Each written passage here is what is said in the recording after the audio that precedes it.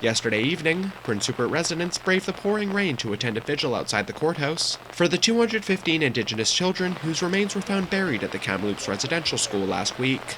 Dozens of people gathered at the city's war memorial, where they laid down shoes and gifts for the children, as well as artificial candles that wouldn't go out in the rain. Some people also gave speeches to the crowd.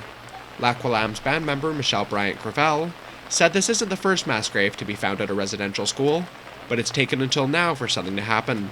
In an interview, she said she felt horrible when she heard about the children in Kamloops. I immediately broke down in tears because I have children. I'm a mother, I'm a grandmother. I was a school teacher for 10 years, and the immense grief that I felt inside felt like generational grief.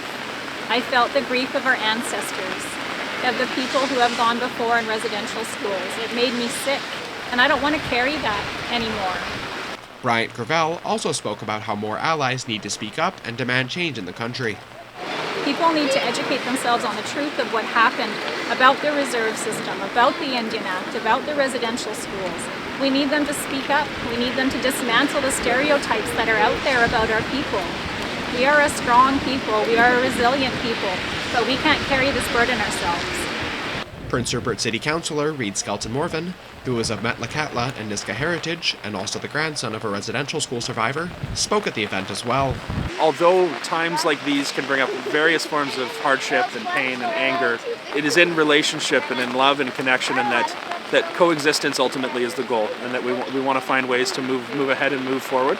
This doesn't mean that it's going to be easy. There's going to be a lot of hardship and a lot of challenges and injustice that we'll unearth in the process, and a lot of pain for a lot of folks. But ultimately the end goal, and I see that in a lot of people's faces, is love and coexistence, and I think that's important.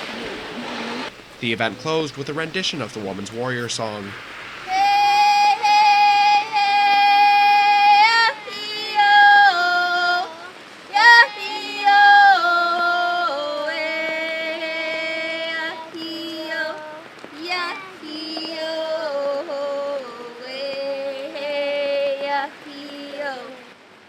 For CFTK-TV News, I'm Joshua Azizi.